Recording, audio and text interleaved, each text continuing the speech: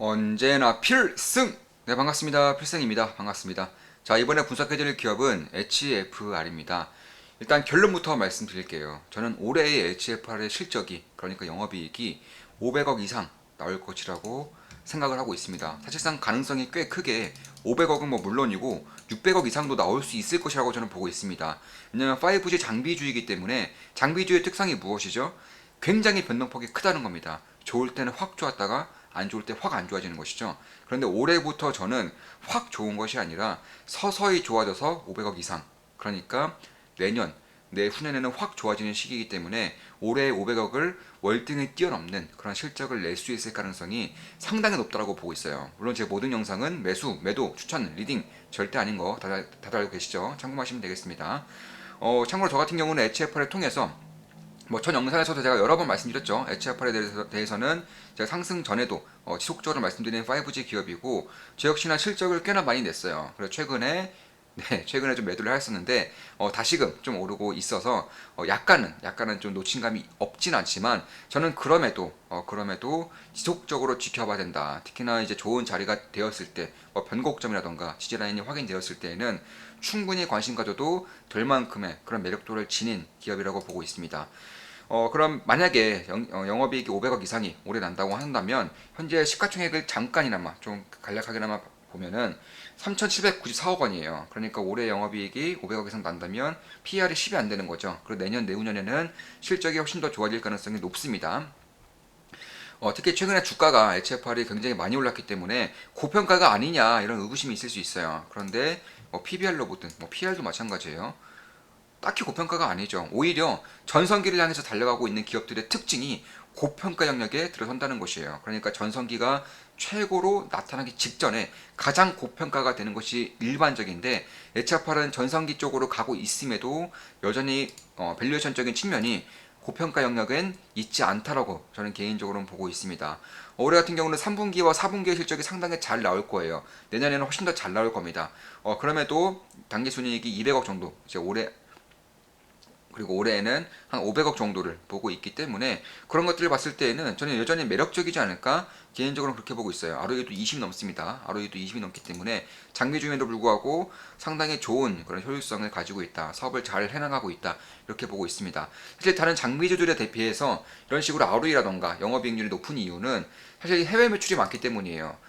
거의 대부분의 매출이 해외에서, 특히 미국과 일본에서 발생하기 때문에 그런 것을 봤을 때에도 저는 국내 한정된 장비주보다는 훨씬 더 좋은 밸류에이션을 받아야 된다라고 보고 있습니다.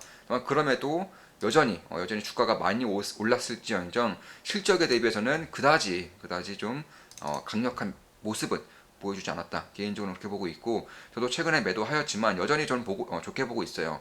굉장히 정신 갖고 보고 있고, 자리가 만약에 발생한다면, 자리가 나온다면 저는 관심을 조금 더 둘 생각도 있습니다.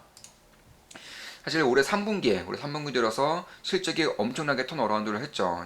매출액 같은 경우도 전년 동기 대비해서 200% 이상 올랐고요.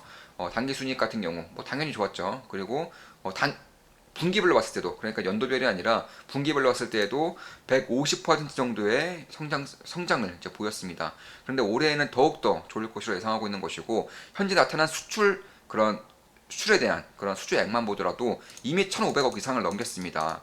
보시면 이 매출액이 대략 1,500억이 나오는 회사에서 1년 만에 수주액을 1,500억 이상 넘겼다는 것. 특히 1,500억이 전부 다 예상대로라면, 그러니까 일정대로라면 올해 안에 전부 다 계약이 완료되는 건이기 때문에 지금만 보더라도, 해외 매출만 보더라도 올해 매출액을 올해 매출액과 거의 비등비등한 수준까지 받아놓은 그런 상황이기 때문에 수주 잔고도 여전히 굉장히 좀 좋게 보고 있다.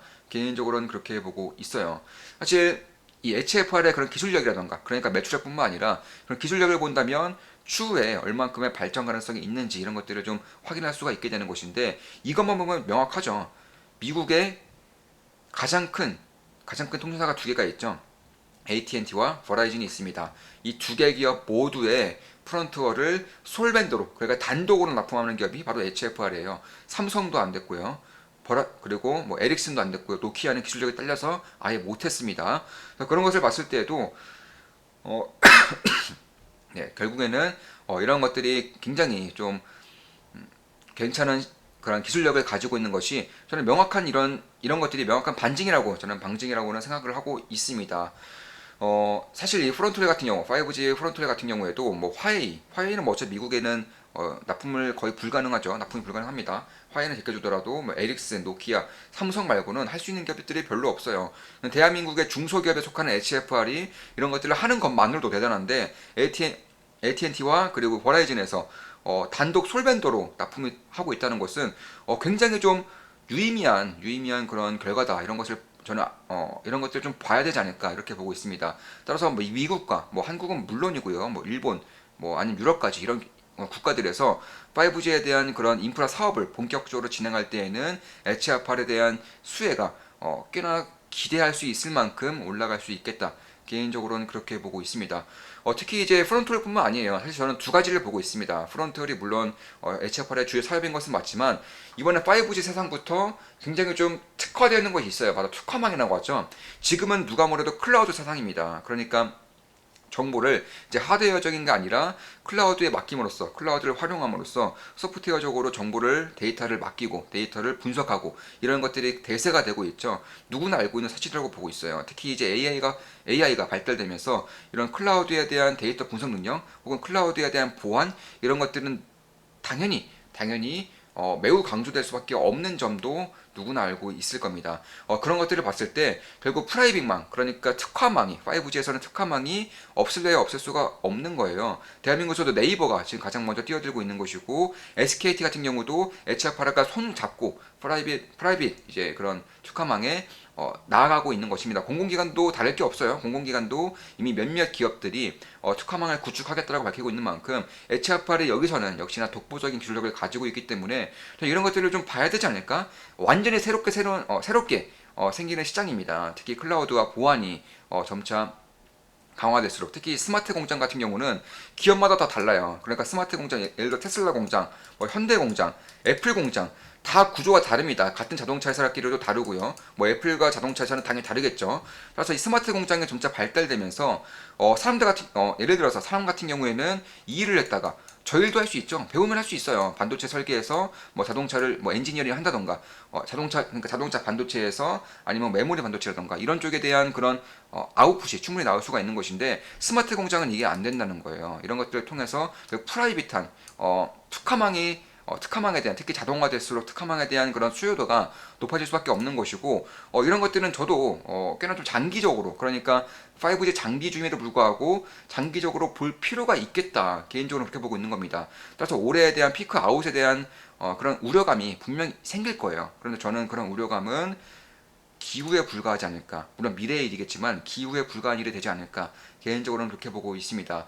특히 이제 5G 같은 경우는 28GHz를 사용을 해야 되는 것이기 때문에 사실 28GHz 같은 경우는 장애물을 만났을 때 굉장히 방해되는 요소가 굉장히 많아요. 뭐 돌아가는 경우도 대부분이 이제 그러니까 관통을 못하는 거죠. 관통을 못하고 돌아가야 되는 경우가 많기 때문에 예를 들어서 이런 거예요. 4G 같은 경우는 이렇게 건물이 있으면 기지국 대 기지국을 쏠 수 있어요. 그런데 5G 같은 경우는 건물이 있으면 못 쏩니다. 돌아가야 되죠.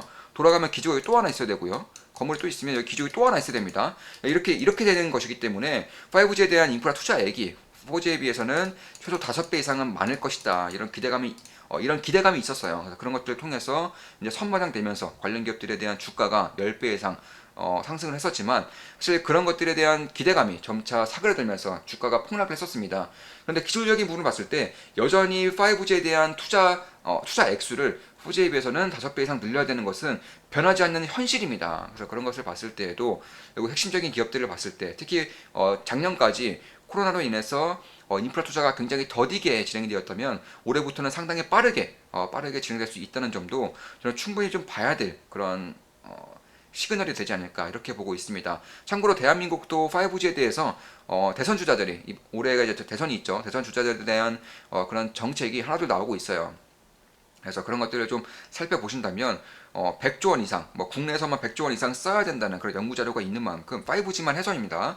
그래서 그런 것들을 5G가 아니죠. 디지털 전환. 디지털 전환을 하는 데 있어서만 해도 100조 원 이상의 자금이 들어야 된다는 그런 연구 자료가 있을 만큼 저는 이런 기지들 전환에서 가장 먼저 진행돼야 될 점이 5G라는 점도 국내에서도 충분히 매력적이지만 해외에서는 더욱더 매력적인 이 시장을 지금으로서는 놓치지 말아야 된다는 점 보고 있습니다. 관심을 가지고 꾸준히 지켜봐야 되지 않을까 이렇게 개인적으로는 그렇게 보고 있어요.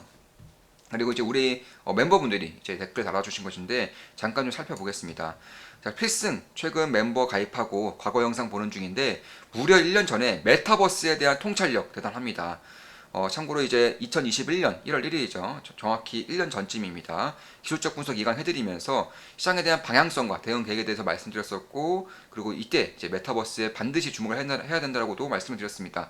그 이후에 텔레그램 방에서는 꾸준히 정말 매일같이 메타버스에 대한 혹은 세컨드 라이프에 대한 그런 것들에 대한 분석을 해드렸었고, 역시나 컴드스 홀딩스라던가 이런 것들을 통해서 수백 퍼센트의 수익을 냈었던 것은 맞습니다. 이미 냈었고 지금도 저는 여전히 매력도가 굉장히 많은 그런 사업이라고는 생각을 하고 있어요. 물론 제 모든 영상은 매수 매도 추천 리딩 절대 아닌 거 다들 알고 계시죠? 참고하시면 되겠습니다.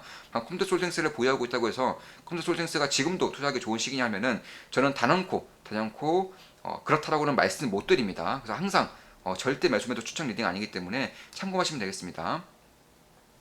그리고 이거는 이제 10시간 전쯤에, 그러니까 어제죠? 어제 댓글 달렸는데, 자, 좋은 마켓 분석의 멤버분이십니다. 어제 장에서 매도하신 거 대부분 떨어지고 신규 매수하신 땡땡만 오르네요. 이게 어떻게 가능하죠? 신기하네요. 네, 이렇게 댓글 남겨주셨습니다. 정말 감사하다는 말씀 드리고 싶습니다. 자, 그리고 필승님 텔레방 와서 처음으로 해본 코인이네요. 덕분에 1년 수익 다 벌었어요. 이자만 봤는데 월급보다 많습니다. 정말 신세계입니다. 필승님 덕분에 눈이 더 트이는 것 같습니다. 식견을 키우려면 해외여행이 아니라 필승님 텔레방에 있어야 합니다. 네, 정말 감사합니다. 정말 주옥 같은 멘트. 네, 식견을 키우려면 해외여행이 아니라 필승님 텔레방에 있어야 한다. 네, 정말 감사드린다는 말씀 드리고 싶고, 실제로 팔라 같은 경우는 디파이죠. 디파이 시스템이고 이미 100% 이상의 수익을 내고 저는 전부 다 매도를 했음에도 5개월 동안 이자가 계속적으로 들어와요. 그래서 지금의 만약 가격대가 유지가 된다면 대략 한 4배 정도, 4배 정도의 수익을 거두게 되는 그런 상황이다. 이렇게 말씀드릴 수 있겠습니다.